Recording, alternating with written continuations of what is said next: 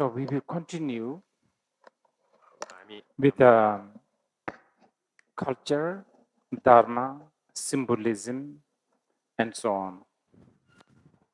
This is not a new problem. This has always been a problem. Um,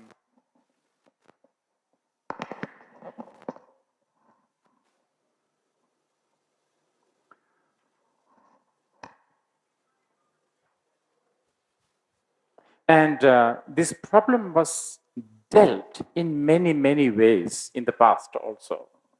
Buddha himself at times taught very directly. Um, you know, popularly,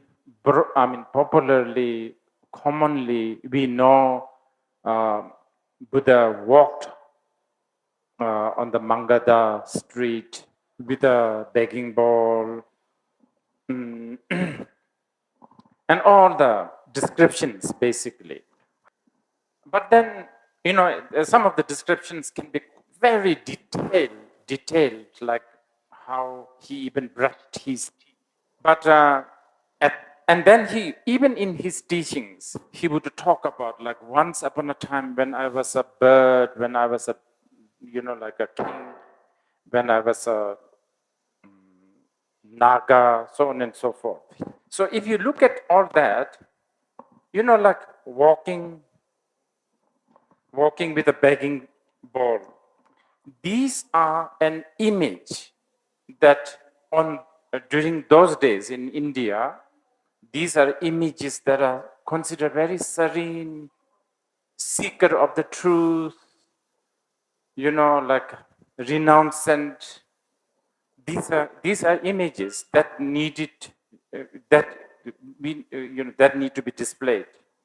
And as a human being, we are one of the biggest concept we have in our head, in our life, is time.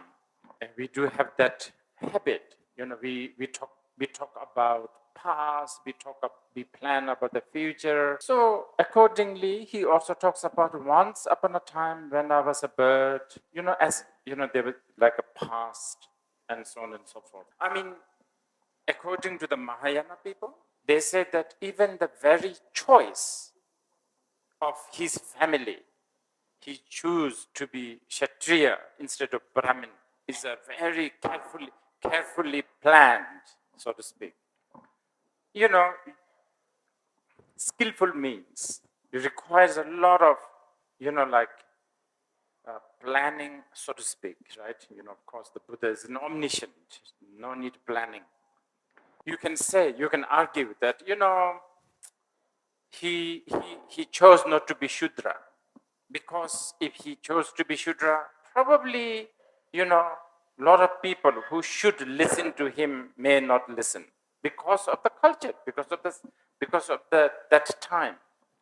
Maybe you can also say that he chose not to belong to a Brahmin family because, he's after all known as the rebel and revolutionarist. So as you can see, there's a lot of culture, human interaction involved in here. But then, many other times, he said, for instance, like in the Vajrachetika Sutra, Dvajichava, where he said, those who see me as a form, those who see me as color, shape, sound, they all have a wrong view. So that's what I meant. That's what I mean when I was saying, like countering the culture is dealt sometimes like this.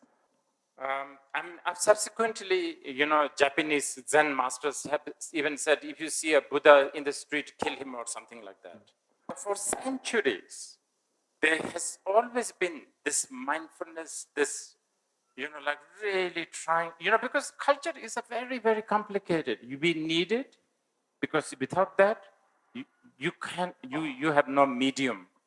But then the culture is always end up hijacking the truth.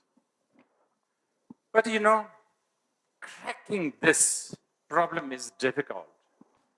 For instance, like in Asia, maybe in Nepal. We venerate bhikshus and bhikshunis. I don't know. They always get the highest seat. They always get to go before. They don't need to queue. I don't know, all that. You know what I'm saying? Because there is always this reverence towards a renouncant bhikshu or a vinaya. But you know, if the Buddha's, some of the main disciples are not bhikshus and bhikshunis. Like Avalokiteshvara is very rich. One of his earring could buy whole earth, probably. But how often we hear among us Buddhists, traditional Buddhist societies, you know, we hear a lot, oh, I want to become a monk. I mean, in the past, maybe now less. But, you know, I want to become a monk. I want to enroll as a monk.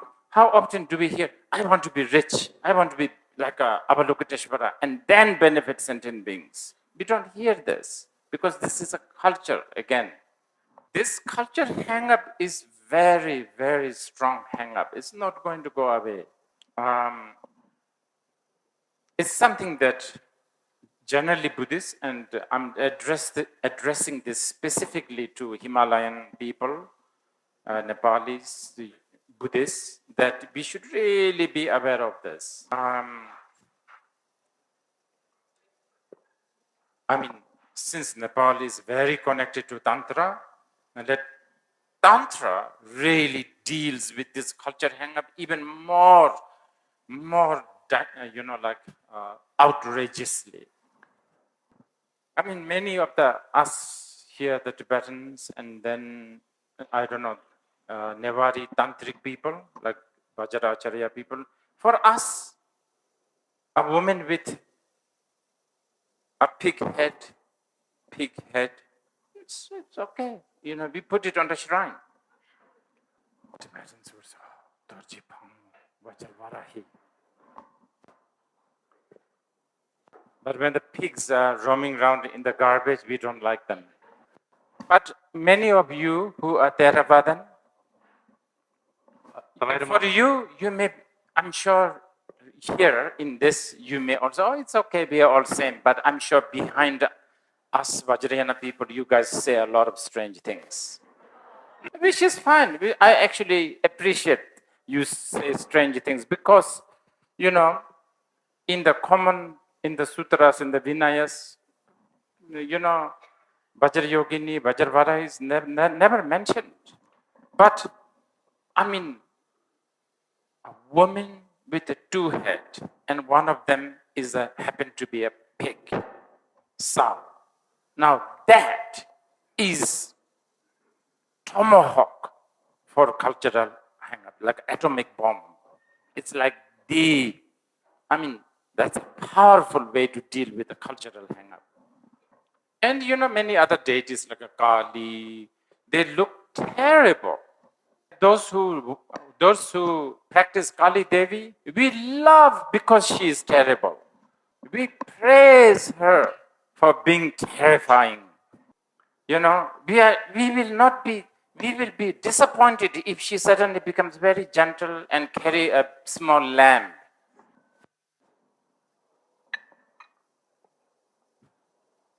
Okay. Again, as I said yesterday, whatever I'm saying, I have really no thread. But one thing I really wanted to present to you is Namtar Bosum, the three doors of liberation. But I will do this in a very chaotic way.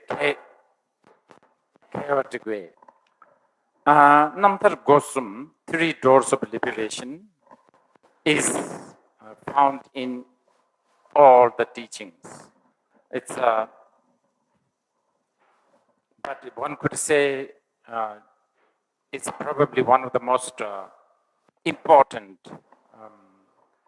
presentation of the Mahayana.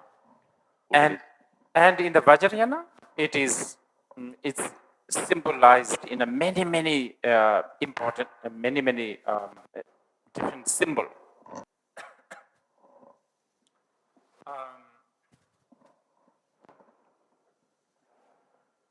Okay, one of the most popular, symbol that you find in Nepal is a Dharmakara, the triangle shape.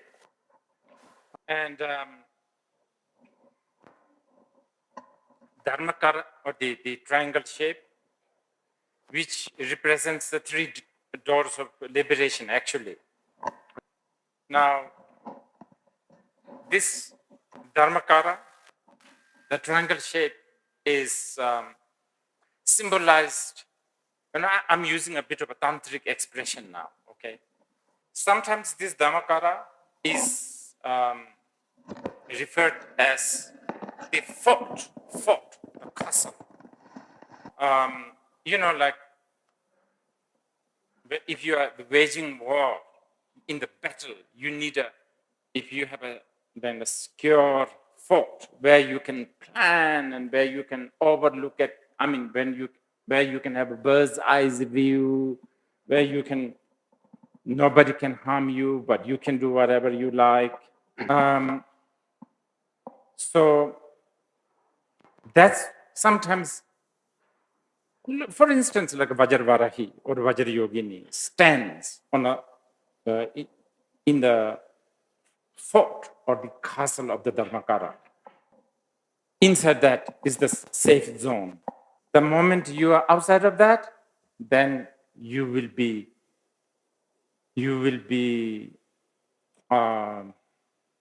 subject to all kinds of conditions.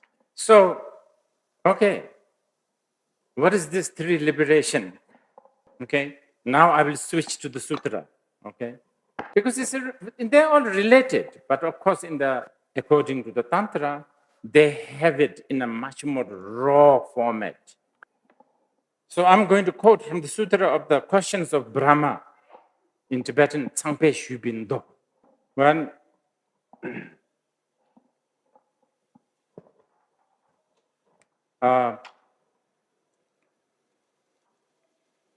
just want to, in case if there's some Indians, please send message to Mr. Modi that Buddha taught to Brahma. Okay, so chue tamchini tongpaniji rangjinchen mikbatan chalawo, chue tamchini tsema mebi rangjinchen den nambar tokbatan chalawo, chue tamchini memba mebi rangjinchen den langwatan torwa mebawo. So, so the three doors of liberation are, very, very briefly, that all phenomena are beyond conceptual reference. That's one. And the second is that all phenomena are beyond sign or symbol. Yeah, symbol is good, characteristic. And all phenomena are beyond wish or aspiration. This is the fundamental of the Buddhadharma in general, especially the Mahayana and the Vajrayana. And I have to single you out, the Nepalese. A big part of your culture, whether you notice or not, is permeated by these three doors of liberation. You look at the art.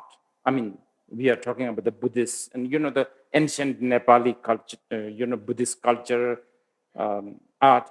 It's there. And I'm sure many of you young Nepali will say, well, what's the relevance of this anymore? It's so relevant today more than ever. If you can have these three things, even vaguely, your parenting will become better, your leadership will become better, your management skill will become better, even you will have a better sleep.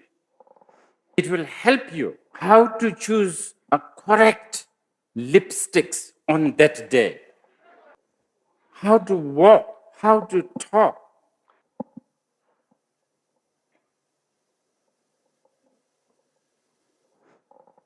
Everything, job, career, relationship, dating. Because when you date, there is a lot of insecurity going on. And the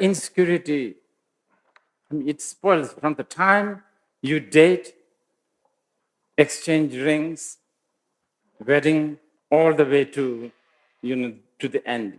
It really spoils. So really, this is really actually, I don't know what to say, because I don't want to say it's a science.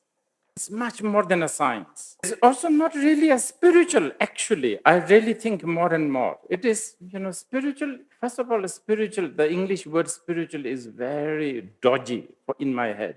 I know a lot of Buddhists will say, oh, Buddhism is not a religion, but I would not say that also. It has it accommodates all the religious aspect. It's okay. I don't like when Buddhists are trying to shy away from religious department and then try to sort of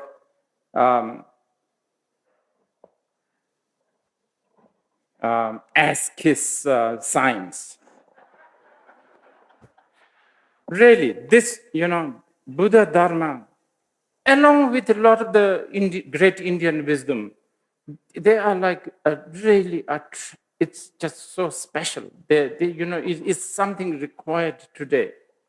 It really teaches you how to look at not just this life, but everything. And this is something that you should try to, you would understand. This is not that difficult to understand, actually. I'll give you one example. What do you call them? Virologist? What do you call it? Epidemiologist, right? Those who study virus, basically. So if you learn virus a lot, then the way you look at the world, you see a lot of virus. So you always carry a lot of, hand sanitizer. Or you wash your hand, or just basically you become a pain in the neck for a lot of people. I don't know, like whatever, if you're a vegan, you have a different way of looking at the world. So it's a bit like that. See, virologists have a view that which they study, and then they meditate on it, and then they act, right? So in Buddhism, in the Buddhadharma, you try to look at the world through three liberation. So that's how you see the world in a different way. But again, always the culture hijacks. Culture always hijacks. And understandably, I have a sympathy for that. Okay, let's analyze how. अब यसलाई actually यसो अन्वेषण गरेर हेरौँ. Okay. What's the third one? The third one is the liberation of no wish, no aspiration, right? Okay, so actually, the first one is supposedly yi, meaning the ground, which is emptiness.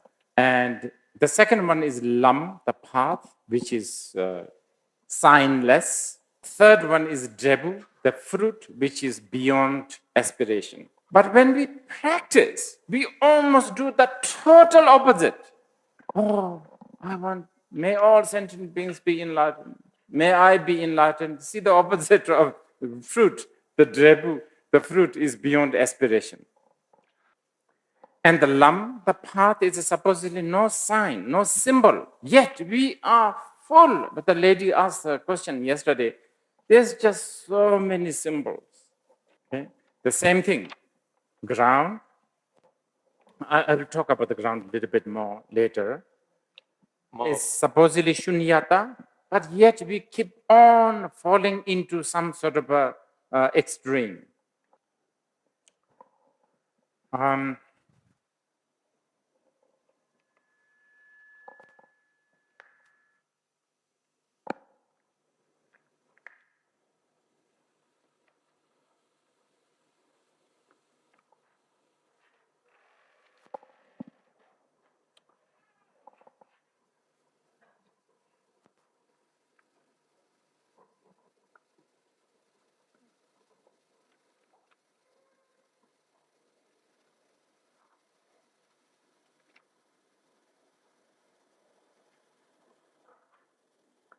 Okay, I'll give you one example.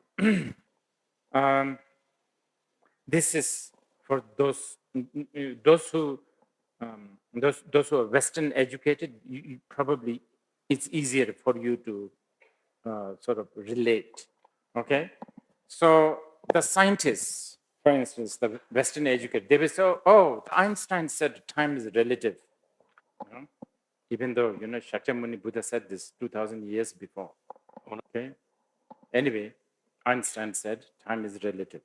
Everybody's impressed. And that's like, it's like a shock. It's like a, what do you call it? Breakthrough.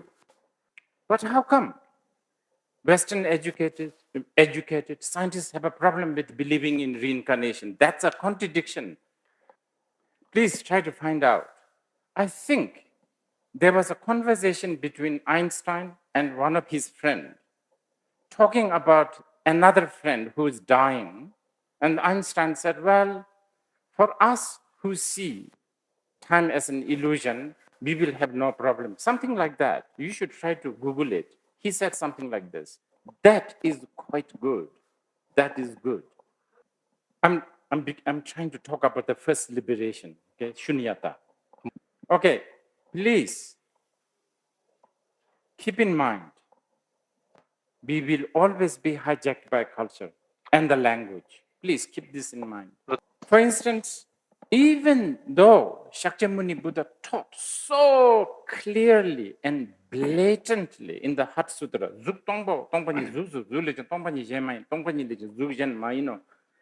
form is emptiness, emptiness is form, form is not other than the emptiness, emptiness is not other. Even though he blatantly put it like that, we always end up choosing the first one only to understand Buddhadharma. Actually, this problem is dealt in the Tantra much better. समाधान गरिएको छ You know, when Hat Sutra, first of all, Hat Sutra, the words came out from, not really from the Buddha, it came from the mouth of Avalokiteshvara. He only had one mouth. Other times, when the same subject is taught, such as in the Guhya Samaja Tantra, Buddha had 4 faces. So he talked all that in together. So there's no, like, you have no choice but to accept all in one go. Right now, if, forget 4, if he and me talk together, you will get annoyed. You have no ability to listen everything in one go because you are bound by time and space. And what do I mean by bound by time? Probably you have forgotten that time is relative. Or even if you do have, even if you have read time is relative, you have not read it, that has not went to your emotion. It just went on your brain and some notebooks.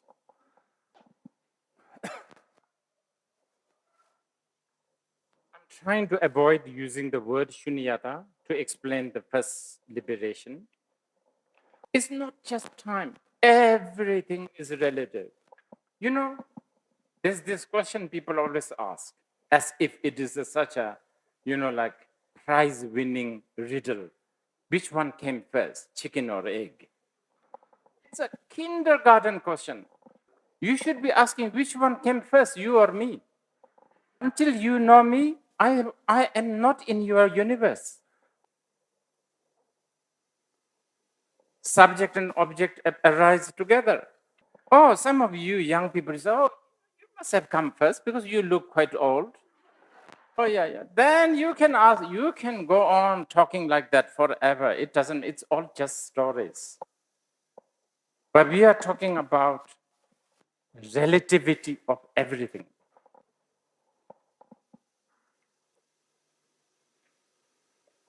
Probably some of you have heard about me 10 days ago. And then you only saw me yesterday. Until 10 days ago, my name, phenomena of my name does not exist in your universe. Yesterday, yes. Now I'm exist.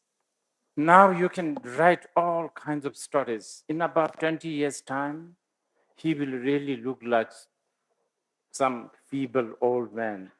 But still, most of you, actually all of you, don't know the taste of my thumb.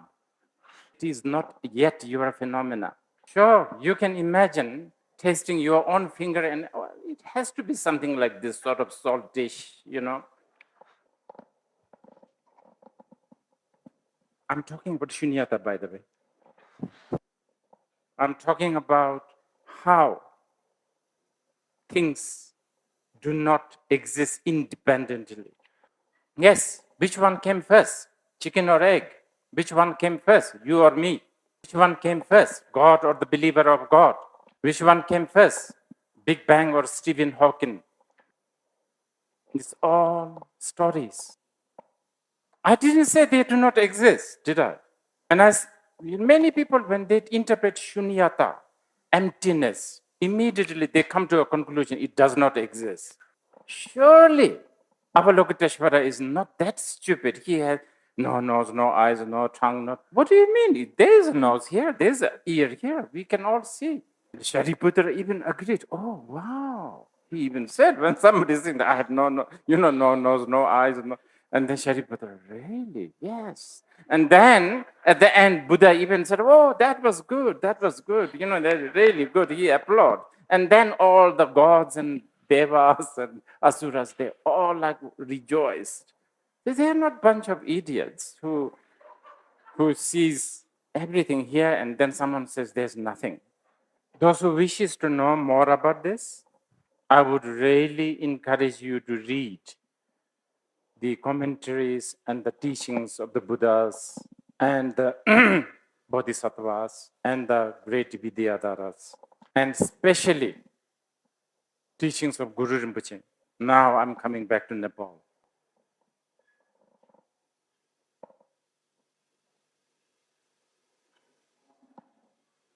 Shakyamuni Buddha was enlightened or achieved nirvana under the Bodhi tree in Mangada, in what we call Bodhigaya. Guru Rinpoche achieved the Vidyadhara state or the nirvana in Yangleshe. And this is in Nepal. And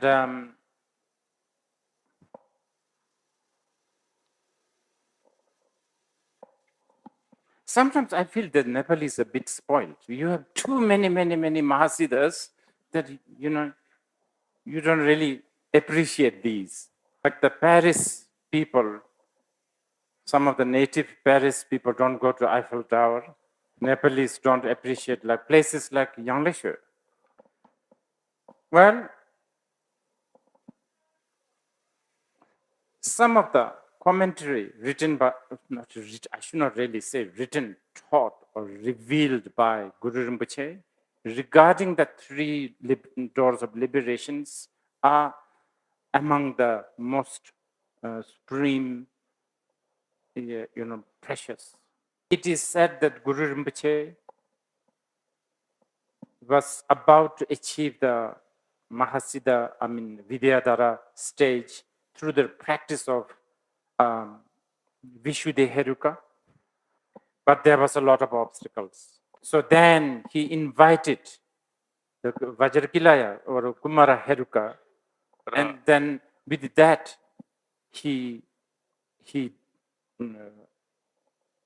what do you call it, overcome all the obstacles. Especially he did this practice in the Asura cave. Again, have you noticed? The Vajrakumara, one of the Vajrakumara's substance is a dagger. Not one, the main one is a dagger. Again, here, have you noticed? The dagger has three edges representing the three doors of liberation.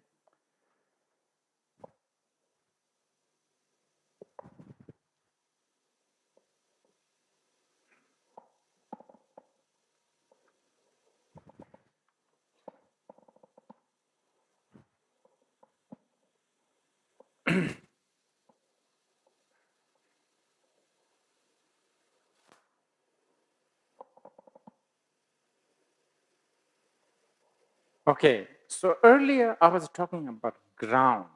Ground. Ji. It's very difficult to translate the ji. Okay, just to give you an idea of what we mean by ground, base, I guess. Remember yesterday I said the jar of this jar full with water. I see this as a water. The fish see this as a maybe home. We, fish and me, two different view. And because of that different value, for me, this is to drink or wash hand, that kind of value. For the fish, maybe it's a home. I don't know, something else. I dare not interpret what fish thinks. And which is right and wrong? You can't talk about right and wrong here. And please, for goodness sake, don't bring democracy, because we will lose all our vote. There are more fish than human beings. But there's this beautiful, remember, Jumchul, Jawa, like there's a beautiful magic happening. Okay, now what is really there? The ground. I'm trying to talk about the ground a little bit. This ground, what is there?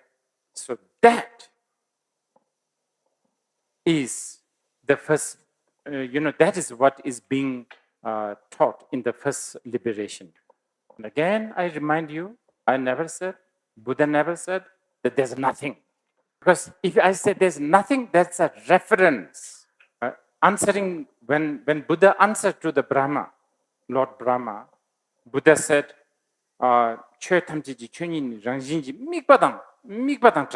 meaning, it should go beyond all reference. Yes, no, exists, non-exists. Yes.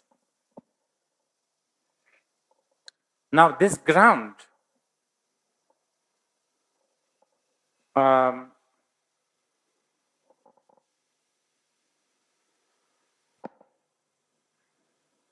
do we call it a ground? Because, in a way, it acts as a platform or a ground where things, trouble starts, release starts, everything. Okay? Just remember the ground. I gave you the example of fish and me. Okay, most of the ordinary people don't even think about it.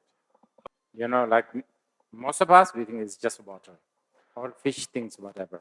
Maybe the scientists can go a little bit deeper in what they call it H2O or something like that. Okay? But this is what happens. So, when we look at this ground, sometimes, okay, wait, not look at. Okay, so what happens is this.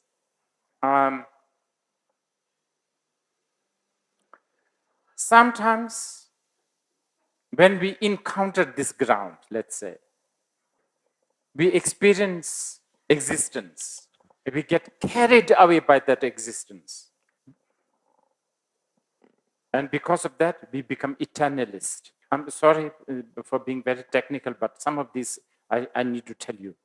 The symptom of becoming eternalist is you become moralist. There's a lot of that. Political correctness, arrogance, assertiveness. My view, no other view. Okay? Then other times, when we encounter with this ground, we encounter the non-existent aspect. Then we begin to feel like,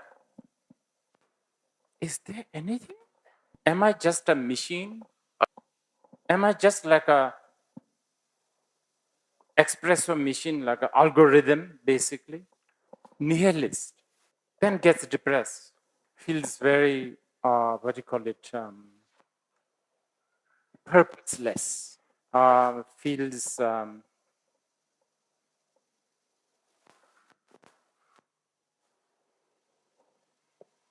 I think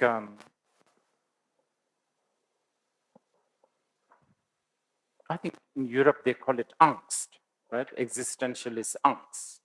And by the way, these two, eternalism and nihilism, this comes in many, many different time and situation.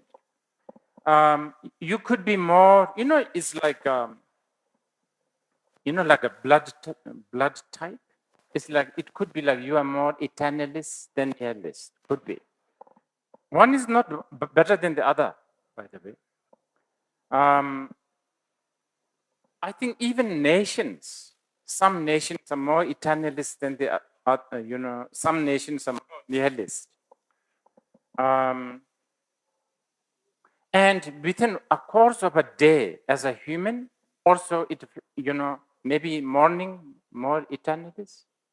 By the time afternoon, more nihilist like this. And different cause and condition also can make you more, either more nihilist or eternalist. I don't know, a puff of a bang, what do you call it, chillum, whatever, it can make you eternalist or nihilist. A cup of espresso or a Americano can also, I don't know, either nihilist, depending on your dhatu.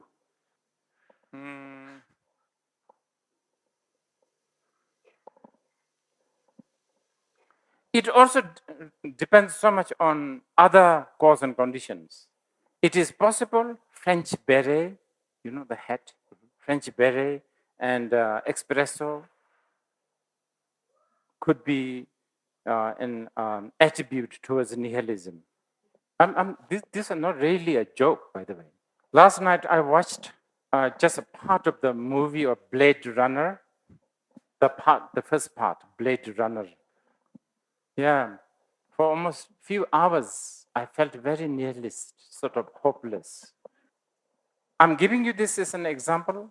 When I say nihilist, this is the opposite of liberation. We are talking about liberation. So we have to go beyond that prison. Maybe we should take a break now. The study of ground, path, and the fruit is obviously very, very vast and complicated. Especially the ground is very important. But it is you should not dishearten yourself thinking that it's just too much.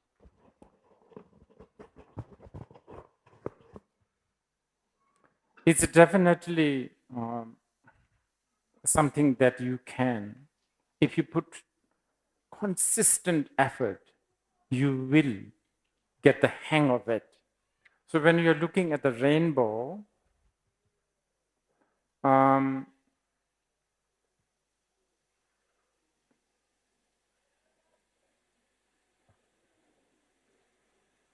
there is the existence of the rainbow and the non-existence of the rainbow together, right?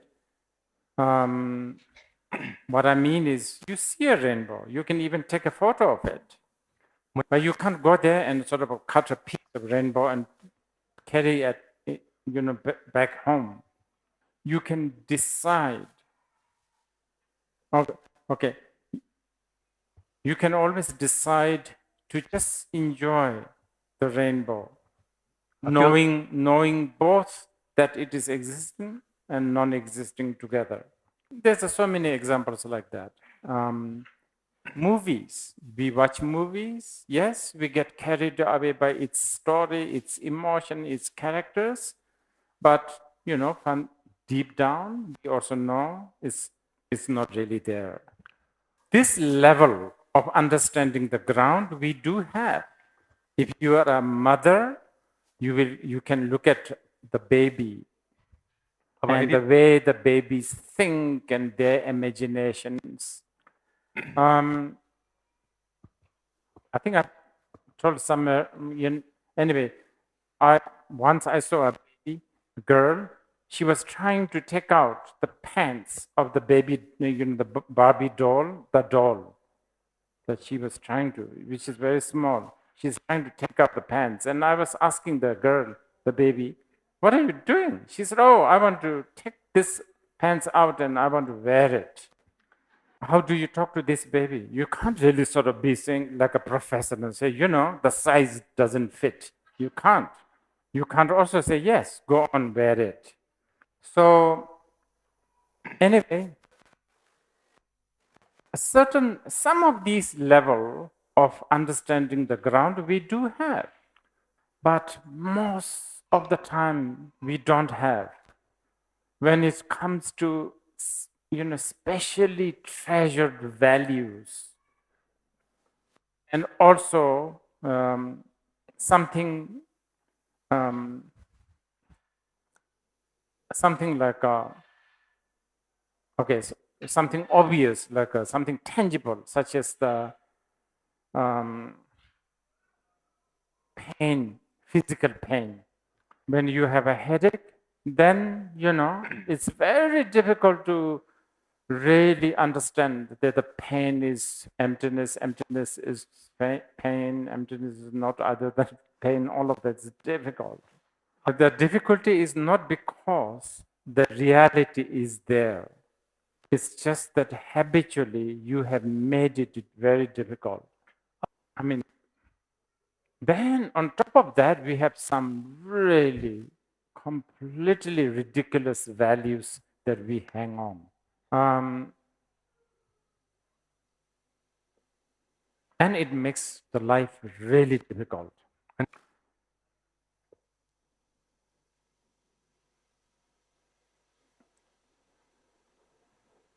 This is definitely not a complete and good explanation of the first liberation, the first door of the liberation. But hopefully it is an introduction. Those who wishes to explore, please read teachings of Guru Rinpoche, such as Menga Tabitengwa, Menga Tateng, the garland of Upadesha.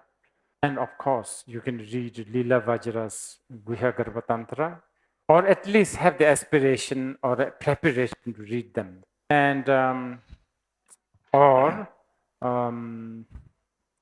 also the teachings of the Vajrayogini by the two Pamtingpa brothers.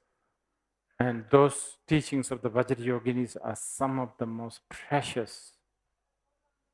The Pamtingpa brothers' Vajrayogini teachings are your treasure in Nepal. And,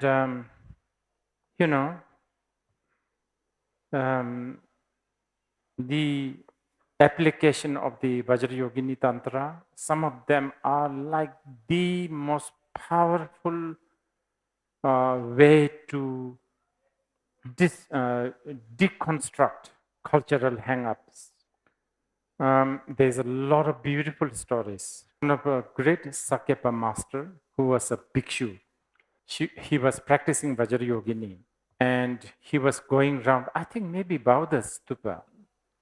And suddenly a beautiful woman embraced him in the crowd. And he shrugged her off because he thought, I'm a monk, there will be a lot of scandals and all that.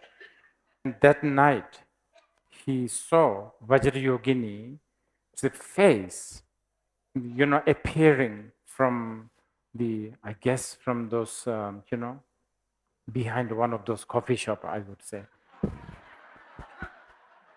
And then he realized this was a Vajrayogini, and that he regretted so much. Supposedly he cried like days and days, and he asked her to come back in his vision. And then finally he dreamt once saying that in this life, because of that doubt and also what do you call it, social what do you call it,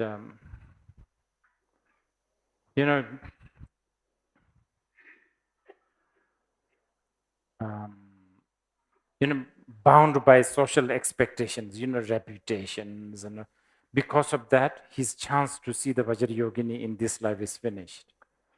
And in the Pamtingpa brothers' Vajrayogini practice, there's even a practice of the Tantra where you practice and then you come out from your house. The first female that you meet, you just bow down and prostrate. Where even, animal, whatever, female. These are some of the most important way to really,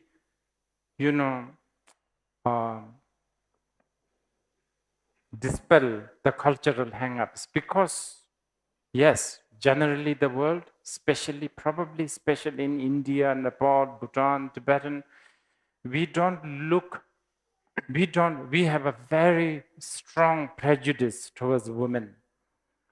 In the Tantra, woman is a symbol of wisdom, and male is a symbol of method. What is method for? It's to gain wisdom. So even though wisdom and method actually has no hierarchy, one could say wisdom is higher. These wisdoms that is taught 2,500 years ago in places like Nepal, this is what you need to treasure. If you really need to tackle the, problems such as, denigrating women, looking down at women, so on and so forth. In this way, women's liberation wisdom existed 2,500 years ago. Instead, a lot of young, I think Nepalese, Bhutanese, Tibetan, they learn new methods to liberate women's plight, learning from the West. I don't know how much that will help, because parrots' problem is a parrot's problem. Peacock's problem is peacock's problem. You don't learn how to deal. If you are a peacock, you don't learn parrots dealing with a problem and try to apply that. And again, this is, whatever I'm saying, even though you may think that it is going away from the three liberation, I am very much talking about the three liberation. Gender prejudice. By the way, just about 10 years ago, I think, it was actually only in Nepal when I entered Nepal, when I was trying to fill up my form, the immigration form, male, female, and others. It was actually in Nepal. I experienced it nowhere else. I was so impressed. Gender problem liberation. If you really want to do it, let's study three liberation. Yes, of course, you can learn other things too. I'm learning myself. Actually, I'm trying to, really, seriously, I'm trying to learn what gender I am right now, these days. Do you know there's supposedly 52 gender? The latest, this is from America. I'm trying to sort out what gender I have. My motivation is not so good. Once I confirm my gender, this is a preparation to sue my disciples. Because based on that, I can really talk about all kinds of, how, just a 1 or 2 words mistake, I could sue anyone. You can go ahead learning all of this, but if we pay some attention to the liberation, I think we will be really, there's a lot of mileage. I have to share this story with you. I commissioned a painting of Tara about 10 years ago. And this guy is from Mumbai. I think sometimes he paints a film poster. He's really good. He's so fast and he's just so good. I like, it's very cheesy, of course. You must have cheese. We do, but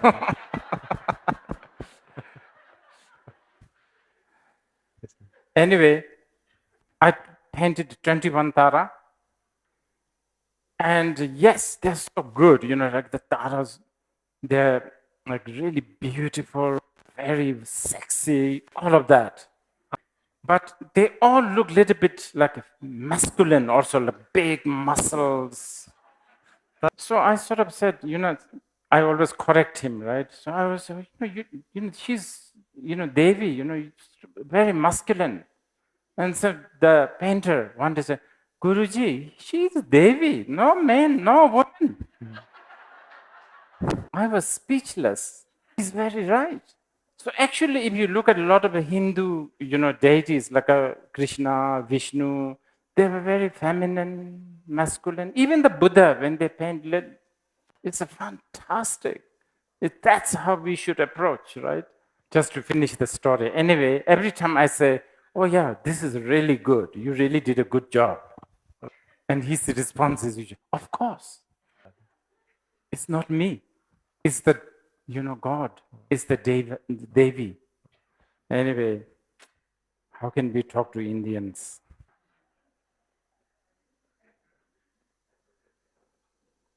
So, liberation from all kind of gender, values, time, space. Now, I'm sure you will want to ask, how can we even approach this? Because it almost sounds unapproachable. I will tell you it's not. You need Tosam Gomsum, you need to hear it again and again, and you need to contemplate. But hearing and contemplation is a very, very, very kindergarten level of methodology. You should really have the guts and the daringness to apply the highest methodology. One is like samadhi, for instance. Samadhi, I don't know, focusing, meditation. Okay, let's use meditation. And when I say meditation, I'm not talking about just sitting and, just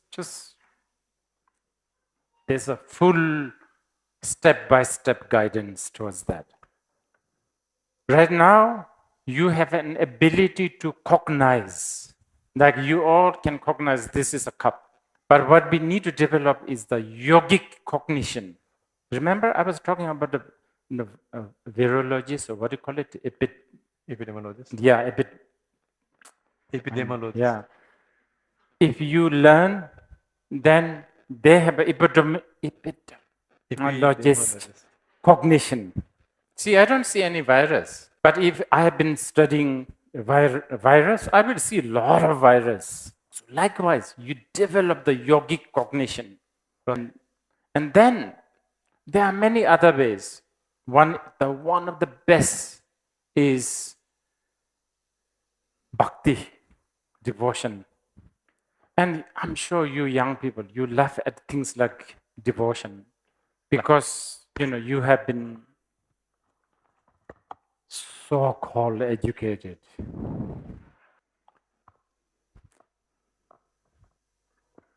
Modern education is, I have a big doubt about modern education.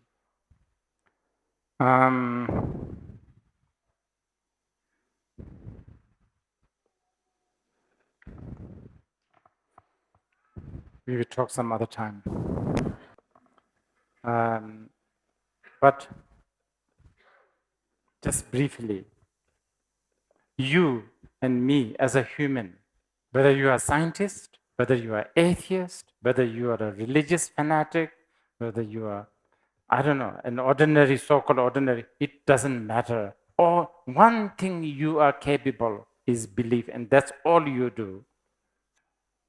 Anyway, we can talk about that a little bit more. Maybe I should give you some chance to ask questions. And we will try to cover the two liberation tomorrow. Okay. So Rinpoche will take some questions. Like yesterday, we have standing microphones on both sides of the room. So just like I said before, we have more than 2,000 online participants.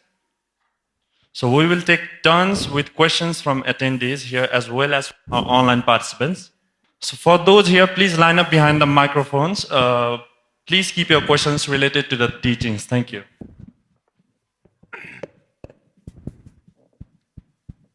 Okay. Namaste, Dzongsa Khyentse. My name is Kieran. I heard you say this morning that you don't like Buddhists who shy away from the religious aspects and start ass-kissing science.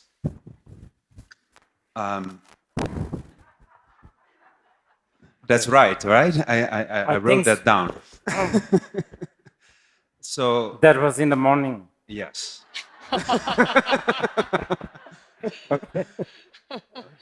My question is, what do you think about John Kabat-Zinn, who stripped away all religious elements and helped millions of people? I think this is an important question. It requires quite an extensive answer. But just very briefly, many of the Western academics or whatever, when they so-called strip away or deconstruct the religious thing, when they talk about basket of religion, somehow it unfortunately included Buddhism in there. I think putting so-called Buddhism, Advaita, Jain, or Taoism into the basket of religion has done a lot of disservice to generally everyone, but especially the Westerners who really wish to understand the wisdom of Advaita, Taoism, Buddhism. But I have a sympathy because, as I said earlier, Buddhism has a lot of this religious aspect, like this incense, flowers. I love them. Okay.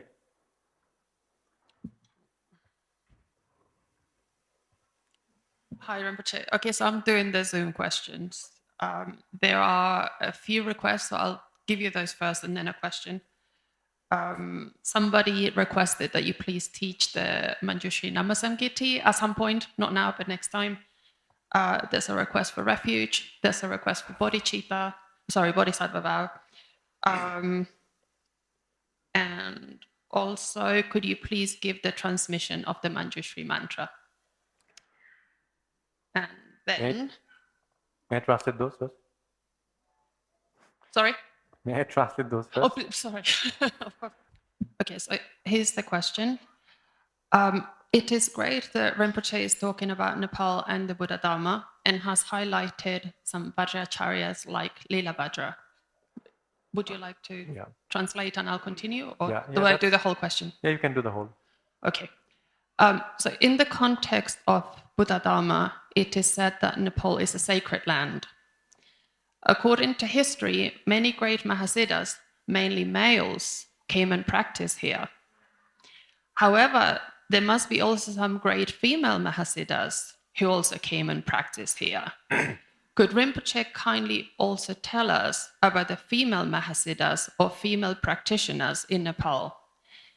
And what suggestion would Rinpoche like to give to the Nepali female practitioners? I'll try to epitomize. If you need, I'll repeat. Okay. Well,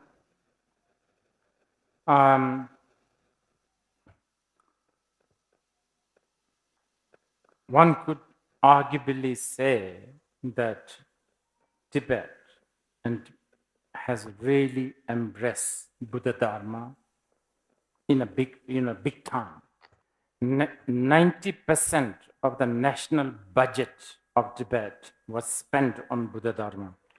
Thousands of brightest and the best Tibetans were basically, forced to go to India just to learn Sanskrit and Dharma, so on and so forth. Tibetans, they tried themselves, to immerse with the Sanskrit culture.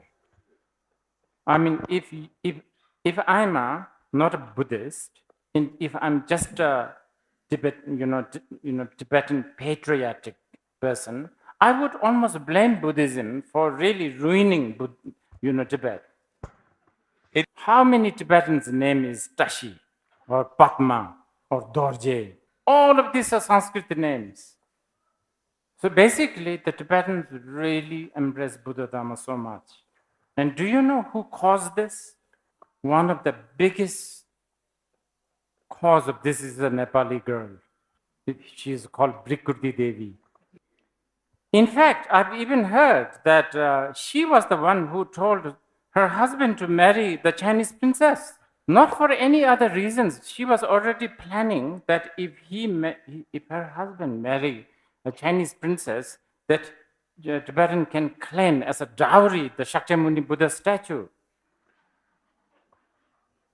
You know, she was planning to already. She was not for other reasons. She is asking her husband to marry another woman. All along, she was thinking about if he married to Chinese princess, then he can ask for dowry, which is the Buddha statue. Okay. Anyway,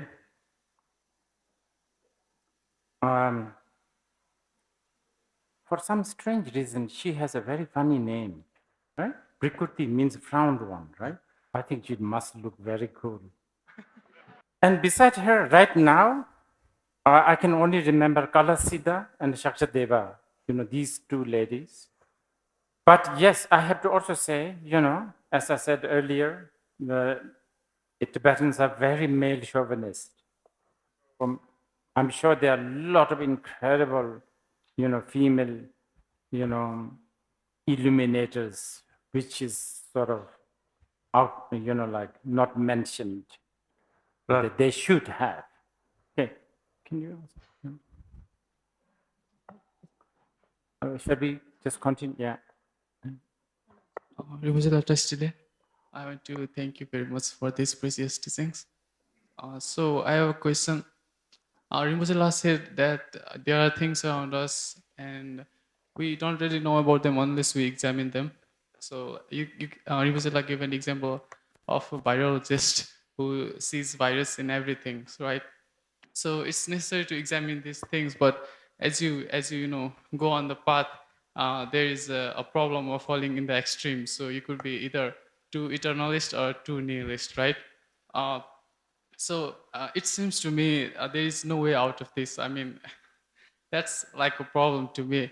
And so the question I was gonna ask Rinpoche is that, of course, Rinpoche said you should contemplate more or, you know, go on the path of Tantra. But as Rinpoche said, the culture of Himalayan Buddhist, Tibetans, and Nepalese, you know, they are really attached to the Dharma. They are really attached to the path, but the path should be formless. So in either way, we have attachment to these things. We have this tendency of falling into the extremes. So it's almost as if it seems to me that the two paths of spirituality, instead of being you know, a spiritual guy, instead of being a monk, you know, the most spiritual thing I can do is marry a girl and raise a family. So this is sort of like a problem to me, right? So the main thing I want to ask Rinpoche is, what is the way out of this? How can we approach these things? I think I've mentioned this yesterday. So I just want to say this again. There is a reason why teachings such as anicca is taught first. And that's doable. And that is something you could really get used to it. Within a year, for instance. Then you apply the dukkha, you know, like anicca, you know, the understanding of dukkha. All the other rituals, you know, like all this, once you have the good ground on anicca, understanding anicca, understanding the dukkha, all this will, you know, fall in properly. Right? Processions Rinpoche. My name is Swastika. I followed your teachings for some years, some of your public teachings. In your earlier teachings, I remember a time where you talked about the emptiness of a pecha, but also the importance of, you know, giving it the due respect. You know, you can't just throw the pecha around, but you also recognize the emptiness of it. In your recent teachings, I mean, when I heard, it kind of made sense to also see the existence of it and the emptiness of it at the same time. In most of your recent teachings, I've heard you talk a lot about the ultimate truth that's beyond relative truth, or you've talked about these rituals and symbols as teddy bear. And now I'm getting a little bit suspicious because it feels like at one point I understood that we need to have a balanced view about like the existence of it and the emptiness of it. But as we talk about symbols and these rituals, I'm sort of like wondering if you're hinting that there is a way that it doesn't have to be so linear, that you understand the ultimate, I mean, the relative first, and then you go to ultimate, that is there a way you can get to like ultimate truth without situating yourself in the relative truth? Is there a way to see the emptiness of our rituals and practice without waking understand. up Okay. every day, putting the water in the bowl? So basically, is there a shorter cut to all this practice? And yeah. There's a very clear guideline for the practice. You know, like if you are making a tea, there are some ingredients that you have to have. Tea leaf and water. I mean, without that, you can't make tea. And I guess fire. Like that, as to qualify a path, it has to have two ingredients, which is wisdom and method. So this, yeah, so this is very clear, actually. Okay, but like offering a lamp or a flower is a method, but knowing that lamp is just, you know, human, what do you call it? Projection, because we love lamp, we think it's nice. Okay. Thank you. Miniature procession, Rinpoche. A guru drinks bourbon. That's not my question. I love it, the book and the bourbon. So I'm everything that a Buddhist is not. I have lots of defilement. And yet I am asking this question in front of all of you. So let me set the stage actually. I was born as Hindu, a Kshatriya. Sacrificing animal was an honor. If you didn't do it, you were looked down upon. I'm talking about a typical Nepali Hindu family. So, yet, 40 years down, I'm here and I am judging my fellow Buddhists who eats meat. So I have this gnawing question, and this question is about the first door of liberation that you talked about. It bothers me to a point where I start asking myself, and that analogy that you used today, a parrot's problem is a parrot's problem, made a lot of sense, but I still am looking for answers. How can a Buddhist eat meat when we practice and then talk about compassion all the time? So, very simple, but very hard question, for me at least. Thank you. Okay. I'm sorry for a minute. Can we do the rest of the question tomorrow? Okay, is that okay? Can you make note of all the? I will definitely give you the chance tomorrow. Sorry, I'll just finish this. Okay, if you are a Mahayana practitioner, then Buddha forbade meat. Period. No questions, no negotiation. Now, in certain Sharvakayana tradition, where some places you may find the practitioners, especially monks, they eat meat, and I think it has got a lot to do with, they are supposed to not, they just take whatever is being offered. So there's that. Now, for the Tantra, it's very complicated. In the Tantra, remember I've been talking about, really like destroying the cultural hang-ups. In the ancient time, not today, in the ancient time, especially in places like India, where Brahmanic culture is very strong, they take big pride, not eat meat, not eat onion, garlic, and so on and so forth. No alcohol. And meat is considered dirty. So in the Tantra, to break that meat, not just meat, by the way, well, I shall ask for forgiveness from all the Dakinis if I'm telling you things that I should not be telling, in the public. Not just meat, piss, stools, shit, whatever they eat. Now, if you have that kind of a determination, it's a practice. Most of the practitioners, so-called tantric practitioners who eat meat but who don't eat shit, they're just being lazy and they're being bad. Basically, they're being bad. And